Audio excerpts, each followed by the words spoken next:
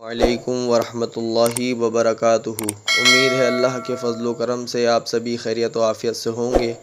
آج ہم آپ کے لیے حضور سیدی اعلیٰ حضرت رحمۃ اللہ تعالیٰ علیہ کے شہرت اور علمی کارنامے کے تعلق سے مختصر واقعہ لائے ہیں۔ امید ہے آپ کو پسند آئے گا۔ واقعہ بیان کرنے سے پہلے اگر آپ نے ہمارا چینل NK قادری 222 سبسکرائب نہیں کیا ہے تو سبسکرائب کر لیں تاکہ ایسے بہت سارے واقعات آپ تک پہنچتے رہیں۔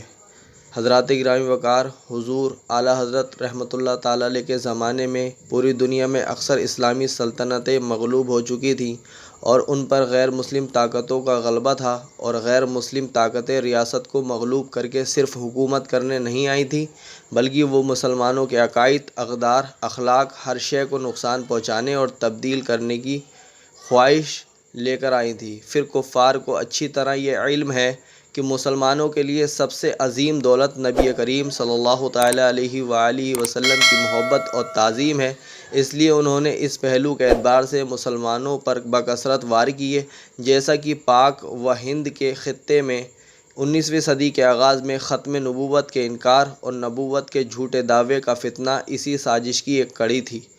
پھر جو نبی پاک صلی اللہ تعالیٰ علیہ وآلہ وسلم کی گستاخیاں کی گئیں وہ بھی اسی کا نتیجہ تھا۔ اعلیٰ حضرت رحمۃ اللہ تعالیٰ علیہ نے ان فتنوں کا بھرپور مقابلہ کیا اور عظمت و شان رسالت، منصب نبوت، مقام مصطفیٰ، محبت رسول صلی اللہ تعالیٰ علیہ وآلہ وسلم کے موضوعات پر آپ نے عشق و محبت اور تعظیم مصطفیٰ صلی اللہ تعالیٰ علیہ وآلہ وسلم سے لبریز علمی شاہکار کتب تصنیف فرمائیں اور مسلمانوں کے دلوں کو عشق رسول کی چاشنی سے بھر دیا۔ اب رہی یہ بات کہ پچھلی صدیوں میں جو مجدد گزرے ہیں ان کا اتنا تذکرہ کیوں نہیں ہوتا۔ اس کی ایک وجہ تو یہ ہو سکتی ہے کہ زمانے کے بدلنے سے تشہیر کے ذرائع میں اتنی بڑی تبدیلی آ چکی ہے کہ پچھلے زمانے میں ایک بات لکھی جاتی تھی، دنیا بھر میں پہنچتے 100 سال لگ جاتے تھے۔ اب کے زمانے میں آپ ایک کتاب لکھیں اور کتاب جیسے ہی نیٹ پر ڈالتے ہیں تو ایک دن میں پوری دنیا میں پہنچ جاتی ہے۔ تو تشہیر کے پیمانے بدل گئے ہیں۔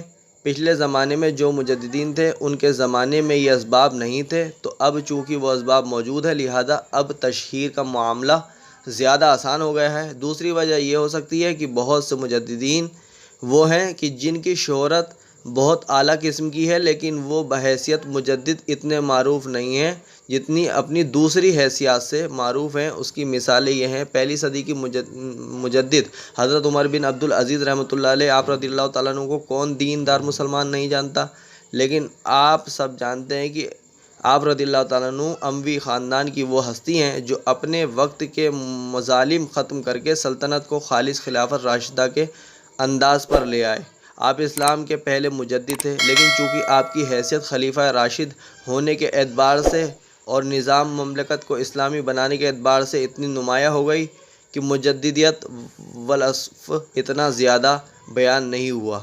دوسری صدی کے مجدد امام شافعی رحمۃ اللہ علیہ جو علم کی دنیا خصوصاً علم فقہ سے وابستہ ہیں، وہ امام شافعی رحمۃ اللہ علیہ کو ضرور جانتا ہے، لیکن چونکہ وہ مجتہد ہیں اور مجتہد کا مرتبہ مجدد سے بڑا ہوتا ہے تو ان کا وہ وصف ایسا غالب ہے کہ مجدد والے نام کے ساتھ ان کا تذکرہ کم ملتا ہے۔